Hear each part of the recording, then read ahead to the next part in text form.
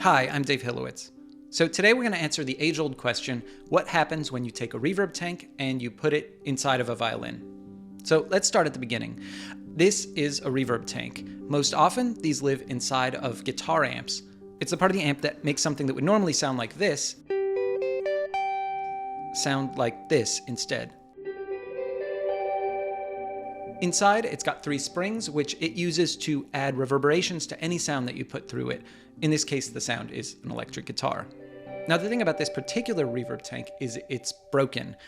It came out of an old Fender amp, and for whatever reason, its input had stopped working. So as you can see, I can shake those springs pretty easily just by putting it down on the countertop. So I got to thinking, what if we use the vibrations of an acoustic instrument, in this case a violin, to shake the springs? So let's get started. Since I don't actually have a violin that I'm willing to sacrifice in the name of science, we're going to be building an instrument right here using this box. My first order of business is attaching a neck. Of course, I could build my own neck. I've done that a couple times, but pre-made necks are only $12, and I've got a bunch on the shelf, so might as well use one. In order to glue the neck on, I'm going to clamp the body into a table vise with the part of the neck that will attach to up in the air. Then all I have to do is put glue on the neck, measure to make sure I have it right in the middle, and then clamp it. A day has passed, the glue has hardened, and now I have something that looks way more like a violin. My next order of business is going to be attaching the reverb tank. So we're hoping that the vibrations from the violin's body will be enough to shake the springs of the reverb. But there is a challenge. Reverb tanks, the way they come from the factory, don't work this way at all. They receive their vibrations from a transducer, which is like a little coil that works sort of like a loudspeaker. As such, reverb tanks are actually designed to eliminate vibrations from the outside world. Specifically, the plate that holds the springs is itself suspended within a larger enclosure by 4 tiny springs. And these tiny springs work to absorb what are normally unwanted vibrations from the outside world. Remember, in our case, we actually want those vibrations. So here, I'm gently unhooking those little springs and removing the inner spring plate from the larger enclosure. Once that's done, we're left with this. This is how it's going to look when it's inside the box. That's where we're going to place it. I'm measuring everything really carefully because I want to make room for the sound holes that are going to go to the left and the right of it. Next, I'm going to remove the wires from the outer enclosure. We actually want to use those wires. And I'm going to solder those wires to a brand new guitar jack. Okay, time to drill some sound holes. This part's always a little bit nerve-wracking because there's no way to redo it if you mess up.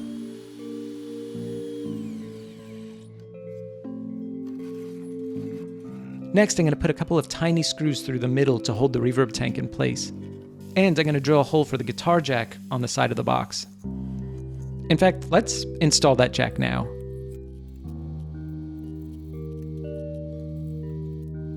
At this point, the only part of the electronics that actually still needs doing is just attaching the wires. Okay, time to glue the back lid on. I'm using this wood glue that takes a day to dry. Okay, start of day 3. It's looking pretty good. Time to focus on the headstock. I have a nice collection of old tuning pegs, but none of them will fit just yet.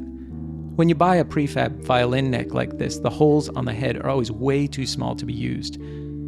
They need to be enlarged using a peg reamer, which is this special violin maker tool that has just the right taper to match up with violin pegs.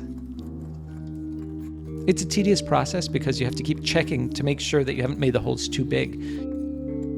It usually takes me about 45 minutes to get through all 4 pegs. Next, I'm going to clip on the chin rest and the tailpiece.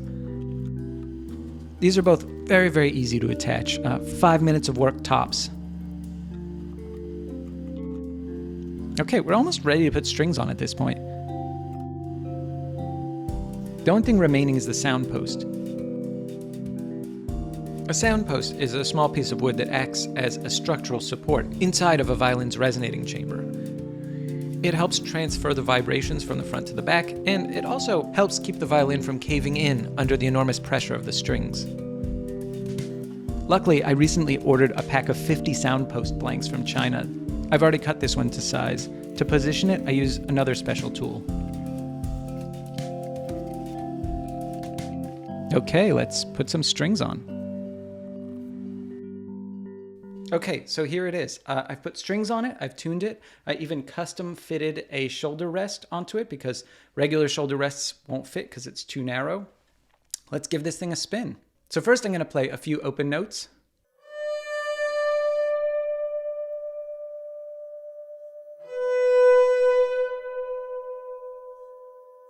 So yeah, it's got a beautiful cathedral-like sound.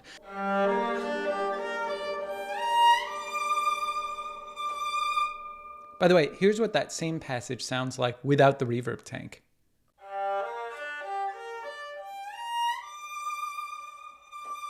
So yeah, without the reverb, it's very, very dry sounding. Let's go ahead and put that reverb back in.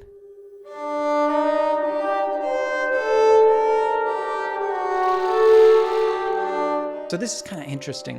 In the room, it sounds really nice, like noticeably nicer than my other box violins. Clearly having the reverb tank inside the body of the instrument is improving the sound of the instrument in a noticeable way, even if I don't have it plugged in. When I do plug it in, you can hear that the vibrations of the instrument are overloading the springs. Like any little vibration causes the strings to go nuts. If I hit the violin, it sounds like that. If I talk into it, you can hear me talking into it. You can hear there's always something going on, like, I don't know, somebody moving furniture around at the other end of a cathedral or something.